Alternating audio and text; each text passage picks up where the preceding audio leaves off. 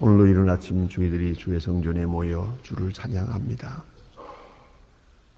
그렇게도 무덥던 여름이 지나가고 오곡 백과가 이렇게 무르익은 가을을 맞기도 하시고 풍성함을 누리게 하시며 여유를 누리게 하시며 그리고 계절을 다 물들어가는 단풍을 볼 수 있게 하신 하나님, 이 해에도 우리에게 가을을 주시고 이 가을에 우리가 있게 해주시고 주를 찬양케 하시오니 진심으로 감사하옵나이다.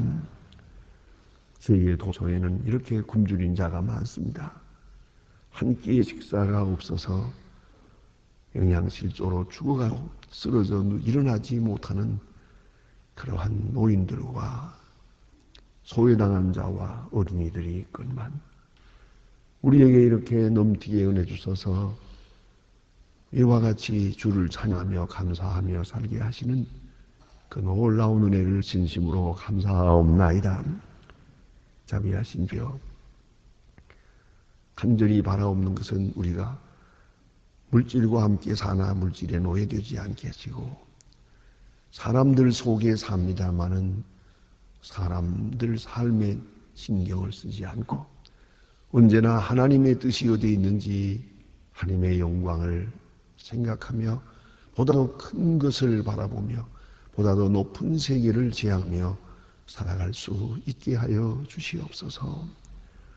신령한 세계를 사랑할 수 있고 영원을 관조하며 살게 하옵소서. 하나님 아버지, 아무래도 우리의 육체는 점점 낡아지고 있습니다. 우리의 날이 얼마인지 우리는 알지 못합니다마는 조만간 우리는 이 육체를 벗어야 할 때가 올 것입니다. 하나님이여, 늘 그날을 생각하며 그날에 초점을 맞추고 내가 주님 앞에 어떤 모습으로 서게 될 것인지 그 시간을 생각하며 살게 하시고 결코 잠시 후에 떠나야 될 이 장망성, 이 세상에 정신적으로 영적으로 노예되는 생을 살지 않게 하여 주시옵소서. 자비하시 주여, 주님이 기뻐하시는 바를 우리도 기뻐하며 사고 주님이 그렇게 애써 이루시던 일을 우리가 만에 하나라도 본받으며 살아갈 수 있게 되기를 기도하옵나이다. 주님께서 이를 이처럼 사랑하셨습니다. 이 사랑을 끝까지 이루어가고 또 그 사랑에 보답이 있는 그런 생을 살게 하여 주시옵소서. 하나님 아버지, 또한 그동안 우리는 많은 사람의 상을 받으며 살아왔습니다. 신세도 많이 졌고 갚을 수 없는 많은 사랑을 받으며 살았습니다. 바라옵는 것은 이제는 다물을 말아도 우리를 사랑하는 분들에게 보답하며 또 다소라도 그들을 기쁘게 하며 사는 그런 남은 해가 되게 하여 주시옵소서. 아버지 하나님, 못 받은 원망에 살지 않게 하시고 오늘 넘치도록 받은 바를 감사하며 살아가게 하여 주시옵소서. 주여, 이 감사의 계절에 항상 감사와 찬송으로 그렇게 전철되는 아름답고 귀한 하루하루를 살아가게 하여 주시옵소서. 주님, 오늘도 하나님의 말씀이 권세 있게 전해지고 들려지게 하시고 이 말씀을 통해 많은 사람이 구원받게 하옵소서. 특별히 기도하옵는 것은 주님께서 그거 놀라운 능력을 더해 주셔서 저희 교회가 교회된 귀한 본분을 감당하며 우리 소망의 식구들, 그 가정들, 그 기업이 다 하나님 앞에 기도하시는 복된 자녀들이 되고 가정이 되기를 기도하옵나이다. 하나님 아버지, 주를 위해 수고할 때마다 기쁨으로 하고 주님만 영화롭게 하게 하옵소서. 내일 거룩한 주일을 앞두고 오늘도 몸과 마음을 정히 준비하며 내일은 더 복된 날로 더 신령하고 귀한 날로 맞이할 수 있게 해주시옵소서. 하나님 아버지, 이 나라를 하나님 지켜주시옵소서. 너무나 혼란 중에 있어서 때때로 실망하게 되고 절망하게 됩니다. 하나님이여, 긍휼히 여기시고 지도자들에게 바른 마음을 주시고 백성들에게 온유함을 주시고 평화한 마음을 주시옵소서. 보다 더 진실하게 살고 정직하게 살고 그리고 보다 더 명예롭게 살아갈 수 있는 백성들이 되게 하옵소서. 모든 거짓됨과 불의함을 버리고 하나님 앞에 정직하게 사는 이 백성 되기를 기도하옵나이다. 주여, 저 북녘 땅에도 소속히 자유의 문을 열어주시고 무너진 제단을 다시 쌓을 수 있고 신앙의 자유를 얻고 모두가 나와서 마음껏 하나님을 찬양하는 그런 은혜의 날이 있게 하옵소서. 15만 명이나 되는 많은 사람들이 감옥에서 고생하고 있습니다. 하나님이여 하나를 돌보아 주시고 울부짖는 성도들의 기도를 들어주시옵소서. 주님, 오늘도 해외에 있든지 여행 중에 있든지 군문에 나가 있는 젊은이들, 공부하는 자녀들이나 수험생들 하나하나 다 돌보시고 말씀과 믿음 위에 굳게 서주시옵소서. 병중에 있는 분들과 슬픔을 당한 가정 하나하나 다 돌보시고 큰 위로를 더해 주시옵소서. 이 하루의 모든 생활을 주께 위탁드리오며 예수 그리스도의 이름으로 기도드립니다. 아멘. 하나님의 말씀 오늘도 계속해서 우리 에스겔 24장을 보게 됩니다. 에스겔 24장입니다.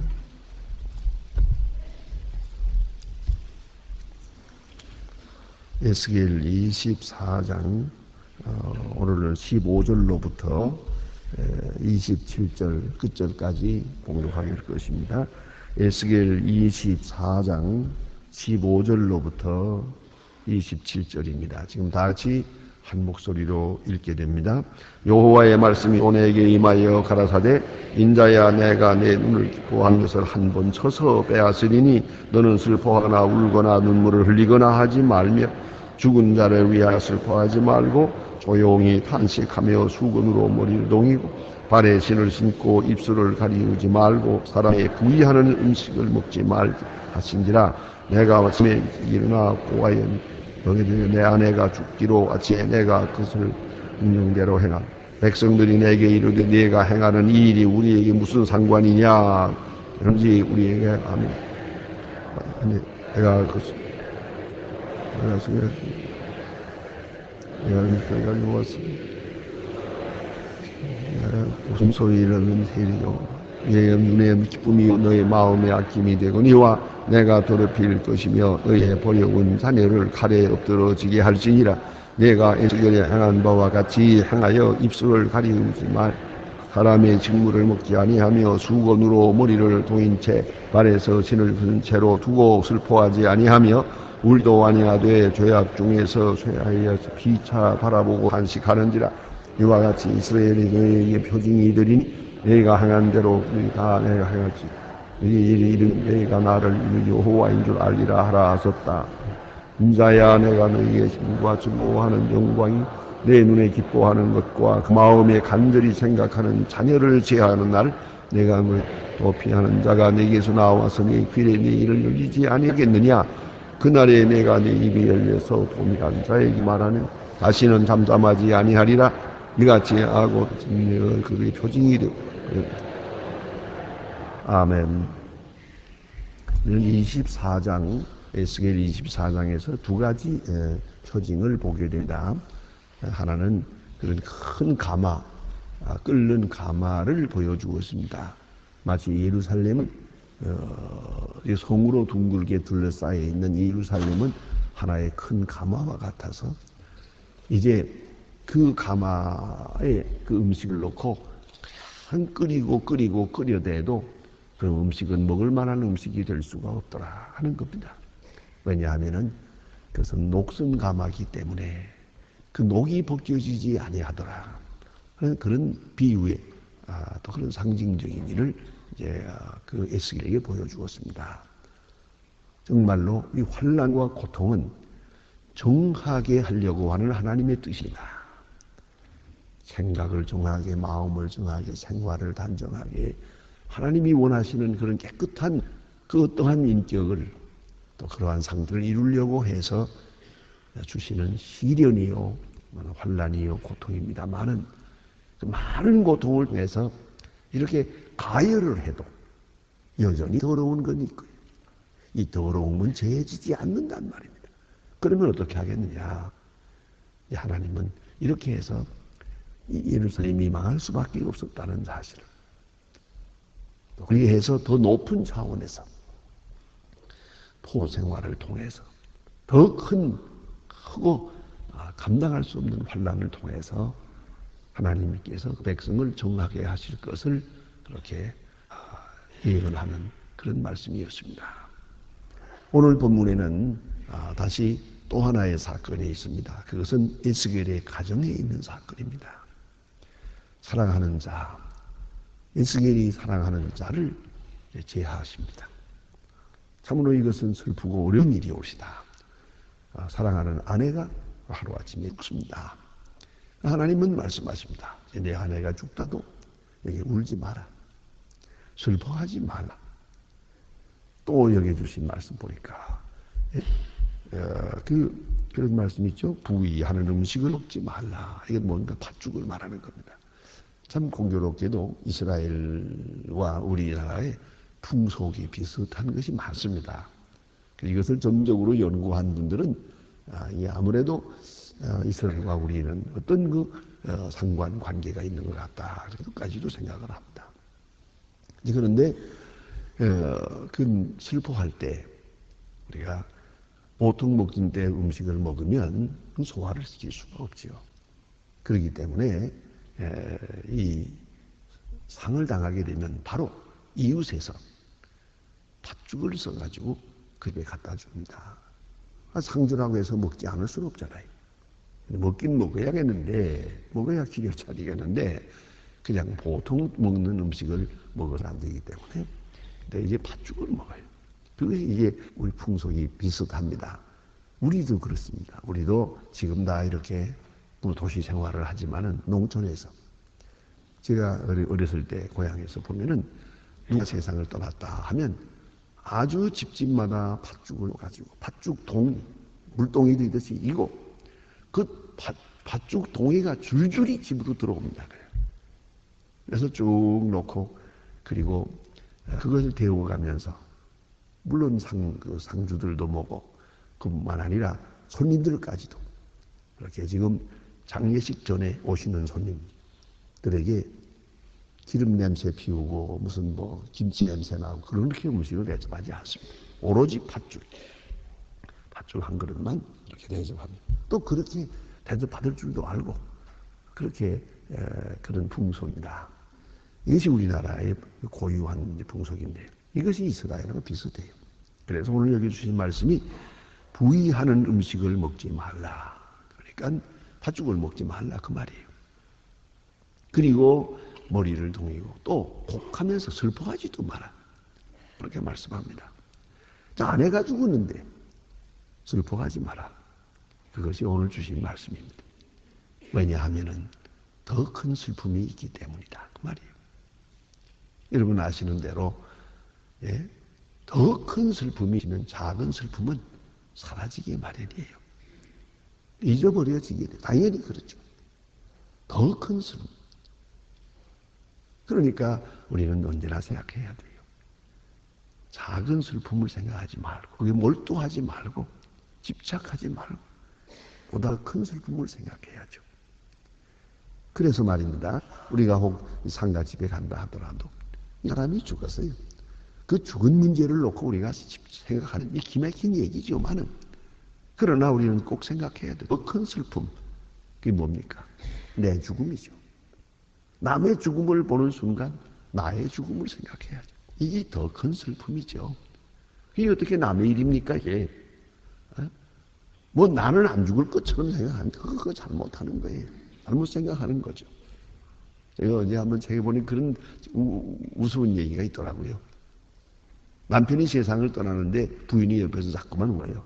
좀 지나치게 울었더니 남편이 국 찌르면서 하는 말이 울지 마라. 너 죽을 건데 그러더랍니다. 그 사실 아닙니까? 그거 할 말이죠. 울 것도 없지 이제 우리가 버스 타고 가다가 먼저 내리고 뒤에 내리는 것처럼 조금 더 내릴 건데 뭐 다음 차례는 너인데 뭘 울긴 뭘 우냐 그렇잖아요. 그래서 슬퍼하지만은 좀 더 크게 생각해 보면 슬퍼할 만한 게 없어요. 그뿐만 아니라 더 큰 슬픔을 생각합시다. 우리가 이 죽음을 볼 때 더 큰 슬픔, 그게 뭐야? 단적으로 말하면 지옥 가는 슬픔이죠. 여기에 문제가 있는 거죠. 천당을 가느냐 지옥을 가느냐. 이 얘기가 더 큰 이야기지 지금 사람이 죽었느냐 살았느냐가 문제가 아니죠. 죽어서 하늘나라 갈 수 있게 죽었다면 잘 된 거죠. 그건. 그러나 이제 이게 문제란 말이에요. 영원한 죽음. 영적 죽음이 이게 진짜 부활 얘기가 아닙니까? 그래서 예수님은 말씀하시는 게 가만히 보면 말세에 대해서 말씀할 때 계속 이런 영원한 죽음, 큰 환란을 말씀하세요. 그러니까 오늘 이 작은 이야기들은 거기에 압수되고 마는 거예요.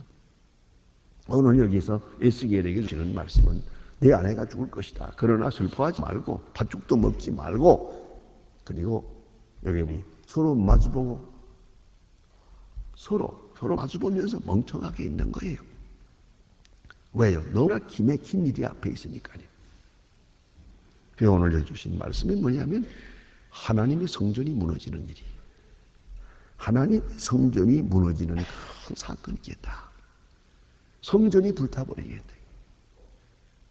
이스라엘 사람들로서는 이 성전이 가장 중요한 것이요. 자기들의 영적 생활의 고향입니다.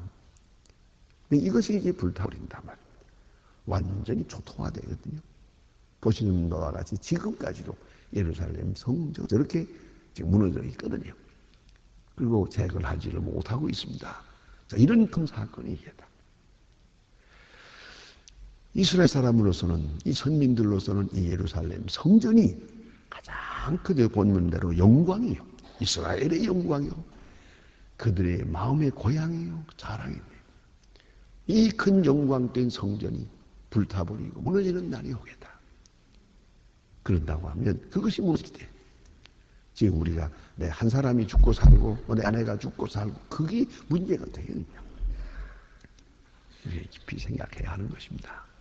그만큼 하나님의 세계, 하나님의 역사, 큰 것에 대한 큰 슬픔이 있으면 우리 앞에 있는 작은 슬픔들은 다 걷어지는 거예요. 그 문제될 것이 없는 거예요. 내 아들 하나가 살고 죽고 그게 문제가 아니에요.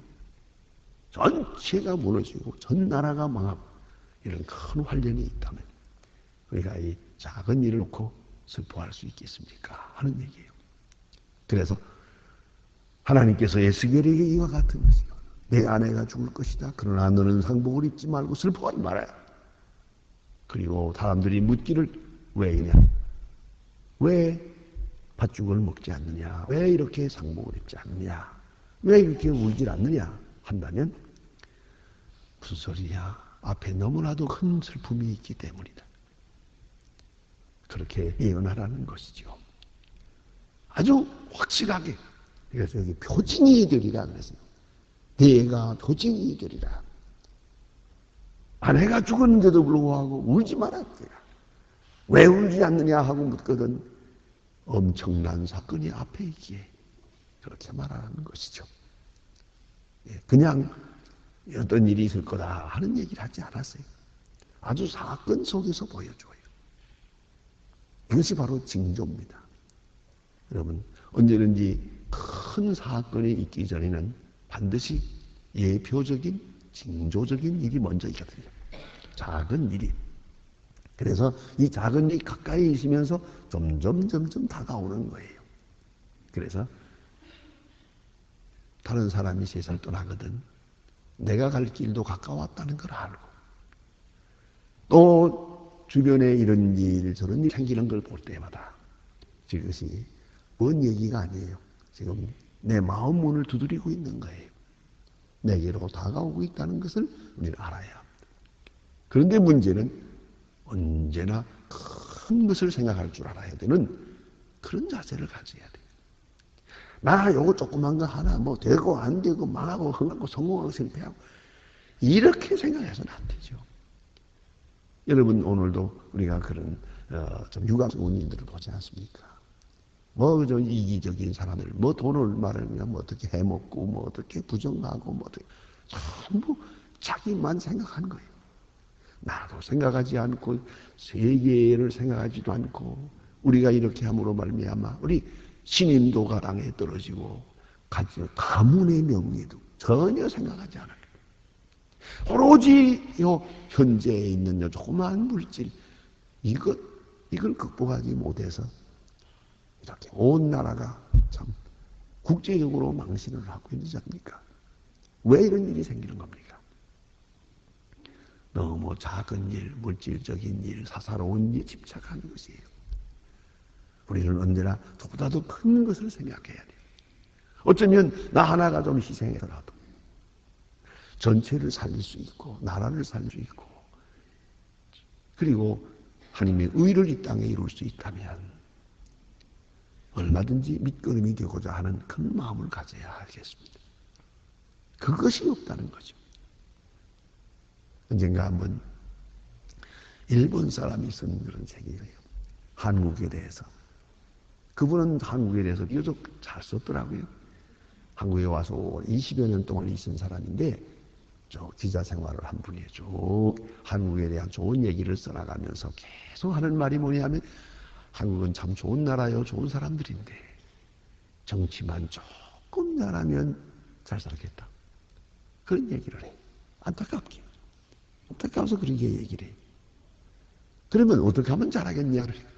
조금만 나라 사랑하는 마음이 있었으면 좋겠어요.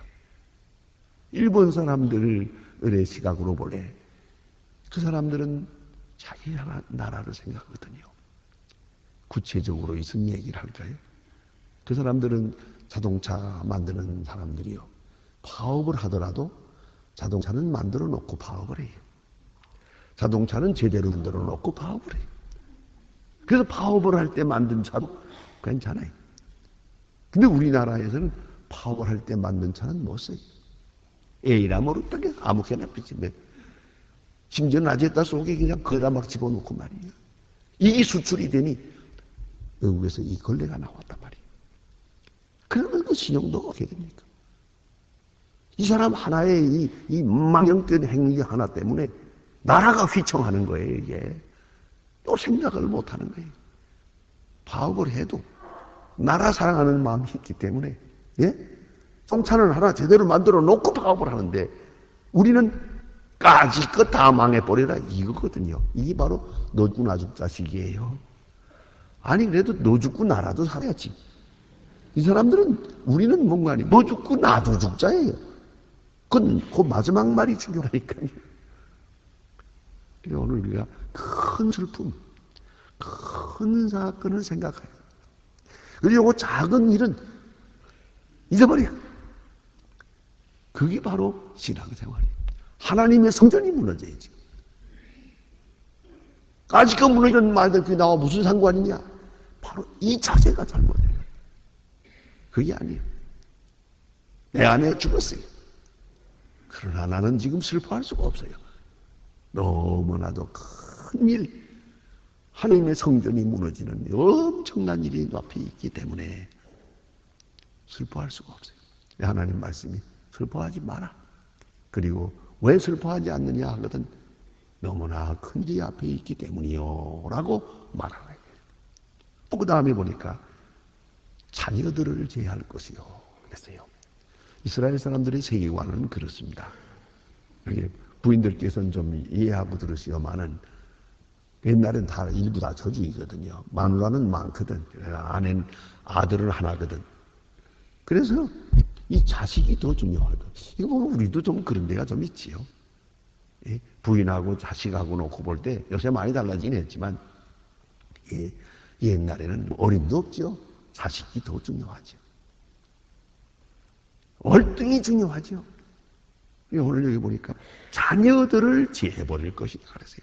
자녀들이 그냥 내 동생이 쳐주면서 죽는 그런 엄청난 사건이 앞에 있단 말이에요. 그런 거로 내 마누라 죽은 이 사건 하나 가지고 내가 울게 생겼느냐 이거예요. 지금 자식이 죽고 내 자식만 아니라 우리 민족의 자식이 다 죽게 됐는데 이런 엄청난 사건이 앞에 있는데 내가 지금 아내가 이건 정상적으로 떠난 거예요. 이런 일을 놓고 이거 하나 가지고 내가 슬퍼하게 됐느냐 하는 거예요. 그래서 내가 표징이 되리라. 그리하여 이 실감 있게, 아주 실감 있게 앞에 있는 환난을 이용하는 거죠. 이제 그 다음 말씀이 있죠. 여기 기록되지 아니한 중요한 감춰진 말씀이 있어요.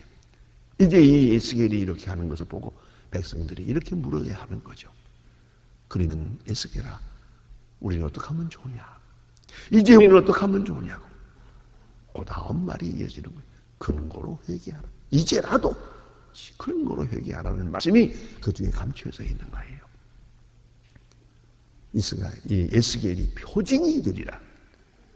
얘가 표징이 되어서 이스라엘에게 앞에 있는 이 엄청난 사건을 예언하라고 말씀합니다. 기도하십시다.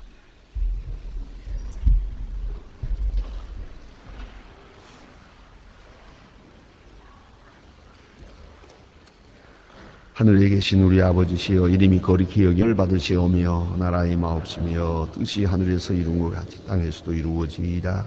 오늘날 우리에게 일용할 양식을 주옵시고 우리가 우리에게 죄진 자를 사하여 준 것 같이 우리 죄를 사하여 주옵시고 우리를 시험에 들게 하지 마옵시며 다만 악에서 구하옵소서. 나라와 권세와 영광이 아버지께 영원히 있사옵나이다. 아멘.